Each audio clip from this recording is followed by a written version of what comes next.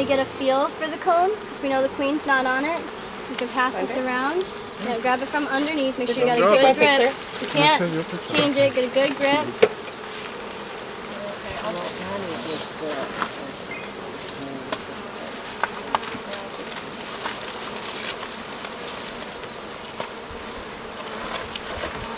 So what's the advantages of a horizontal hive as opposed to a vertical hive? Well, so you see how these bees string together? And you see how my necklace falls like this? It's kind of gravity, like naturally hangs that way. So when they're clustering together, they naturally form, when they come together, they form that necklace shape. So when these bees string off these combs, this is the shape that's natural for them to form. Okay. Now when they start making the frame hive, they'll build the same shape in that frame hive. They have to work extra hard to make it into a rectangle. Right. Rectangles aren't really a bee thing. Yes. So not everything you see needs to be harvested. Not everything is just, you know, bees put it there for a reason. So it's good to really pay attention. When you come here every 10 or 14 days, what do? Do you harvest stuff then, or you just... Well, it always kind of varies. Like when we first started developing the hives here, a lot of what I did was just come and make sure the combs were straight, and you could get through it every 2 weeks. I come every other Wednesday. So when I come, I make sure that I can get through the hive, that it's manageable, and then I look to make sure that the hive is healthy and that they're doing well, that their combs look clean. Things can happen. Like we didn't know if we had unexpected visitors here or some kind of like pig damage or what, but in 2 weeks' time, a bunch of combs fell down in one of the hives. And things kind of got messed up and the hive lid was off, and if we had gone any more time, we could have lost the bees. But because I come regularly like that, we were able to keep up on it and there was no losses. So it's really important to stay involved because so much can change. Like let's say it was a really sunny day and your hive's in the sun and the sun's beating down, combs can melt and fall to the bottom. So, you know, or strong winds could take your cover off, and if your cover's rocked down, it could shake the hive. Combs can fall. Like there's a lot that can happen just by, you know, natural stuff. So it's a good idea to stay very involved in their development. Keep track where things are. We wouldn't want to put this cute little comb out of place.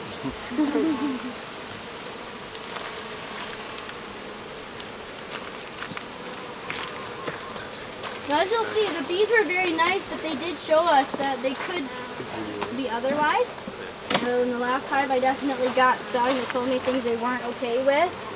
So even though I'm very comfortable, it's good to have the protection. It's good to, you know, be able to keep yourself safe. And, is there another compartment of the other one? This is a false back, so it creates a false barrier. And that way, this hive, since it's small, they're kind of like babies right now because we just split them from the other one. They are going to grow up in a smaller space, so they have less room to defend. Things don't always act together. So when they get bigger, you give them the space. Right, so once they really fill out all this stuff, which they're really close to being at that stage, then we'll take this out completely and they'll have the whole hive. Oh. Yeah, the beetles like these little cracks. You see how the bees make the propolis on the ends to keep the beetles out of the cracks. They can't get in the hive that way, so it's really important, like I was saying, to pay attention to why the propolis is where it is. I've seen beekeepers just like get super into cleaning the whole hive every time, and then the bees have to work to rebuild all that stuff every time, and they need it in these gaps. That's why they put it there. So why would you clean it?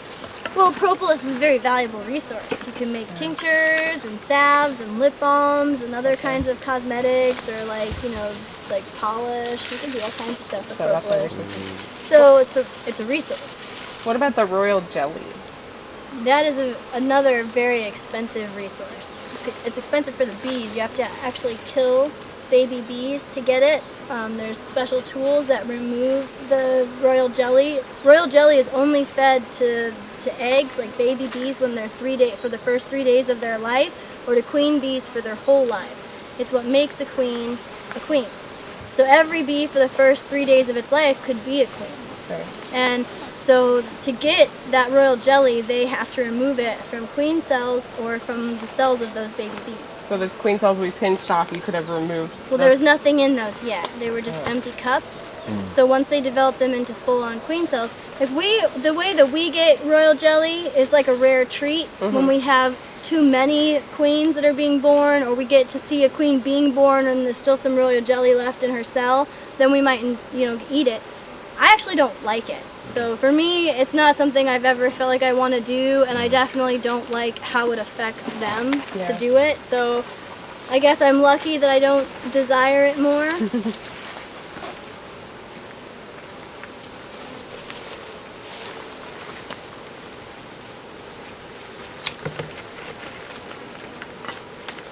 Is the top bar special timber you use, or is it Untreated simple? pine. Just pine.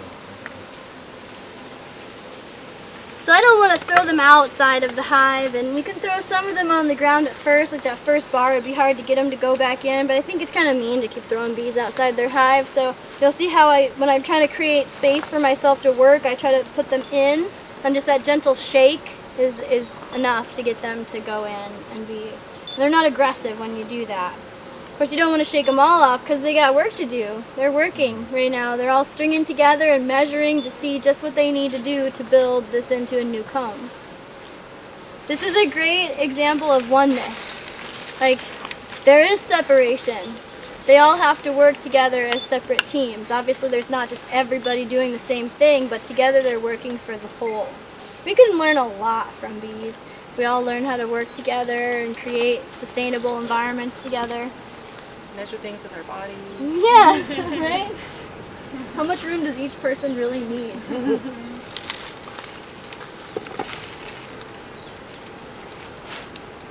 This is a new comb that they've built in 2 weeks. Oh wow. Beautiful. It's so white. I think we may have straightened them out, at least on this side of things. We got in here last time and there was all kinds of interesting changes.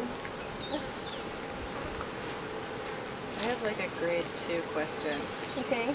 How do bees poop? They poop when they're flying. Do they? They poop whenever they have to poop. And it looks like little yellow or orangish droplets. Like sometimes if you're in the midst of a swarm, you may find yourself glittered with little droplets. Little tiny specks.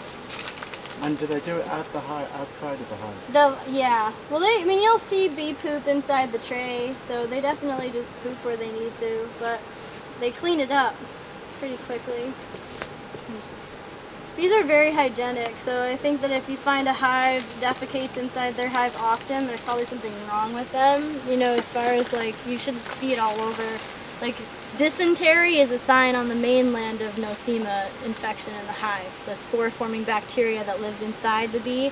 So I think if you see that bees are marking the whole hive with their feces, it's a bad thing. But if you're noticing it in the tray, like it's dropped down into the bottom of the hive, that means bees are cleaning things up, or it's outside of the hive. I've never seen a hive that I was like, oh, look at all of that stuff. Like, I've not seen that.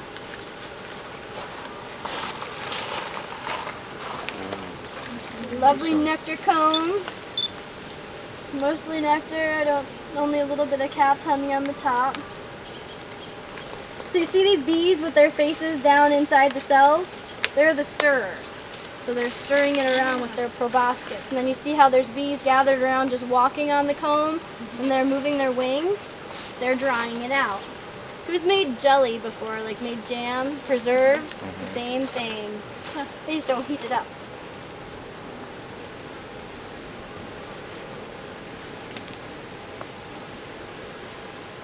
So this is what we were dealing with last time. You can kind of see the bees just started to get into this warp mode where things got a little bit curvy and interesting. And this is some remnants of our last visit's stuff. So if you look at this comb, it is not like the others. No.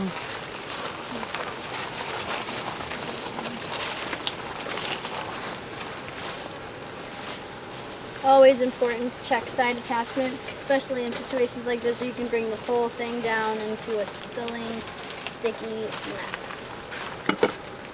And we can tell it's not just on this bar. Most of it's not on this bar, so I go for the back side. Notice I lift gently. I'm looking for resistance and always pull towards me rather than up. Look at the queen for the queen over here first before I look at this one. Why do you do that? What? Why do you look at the other one before you look at the one? Because if she's on this one, she's not going anywhere. But if she's on that one, she can run all the way over there before I find her. Okay. And let's just say that combs were falling down in here, or that we found a bunch of capped queen cells that were about to be born. We really want to know where she is. So if you find her, you want to know where she's at. Really want to like remember this is the comb she's on, and I will often isolate it, like put it in a spot with 2 bars on the other side so she's not being affected by sunlight or a lot of exposure, but I know she's not going to go very far. She's going to try and crawl on the wall to go anywhere, and you can see a queen that is moving down the wall because she's got a lot of bees moving with her. So why is it important if you have the queen caps that are about to hatch? Because if your old queen is still there, you can make a split with her. And if she's not there, then it's good to know that your hive is queenless. And so there's a state between when bees raise a new queen and they have an old queen that the hive could be queenless. And so that's kind of a delicate time. It's when they're more attractive to small hive beetles. And it's a very short period of time between when she flies away and when the new queens are born. So paying attention to all that kind of stuff, which I totally go through all of the life cycles and like gestation periods and all that in my book. So if you're really going to get into beekeeping, you want to like go through that and read those facts and figures a few times so it really sets in. I got into it at the Manifest workshop. It was very fun for me actually because I don't have a lot of really wild surprises in my life these days, I guess. And I misunderstood in our conversation where the hive was really at. So I thought I was getting into a hive that had recently been harvested and like gone through, and it was going to be pretty basic split. But it's a 4-foot hive, and at least this much of it was all connected together, fallen combs they had rebuilt and filled up with honey and bees. There's so many bees. I called them Pandora. That's their new name for me.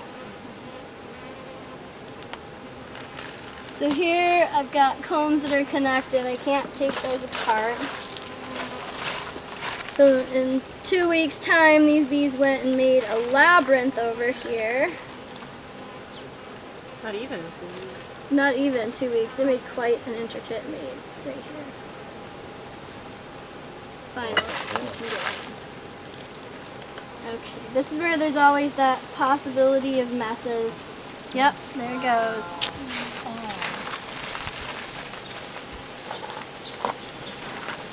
Like I said, this stuff is super soft. It's like butter, so it doesn't stay together. Yeah, the honey's warm because the bees keep it warm. And you can tell they change their tune when they start getting sticky. I'm not excited about being covered in the products that they produce. Let's work together. So reaching in here is not easy. It's the first time I did this, I was not confident. Wow. Reaching into a wiggling, stinging mass is never a totally, easy thing to do.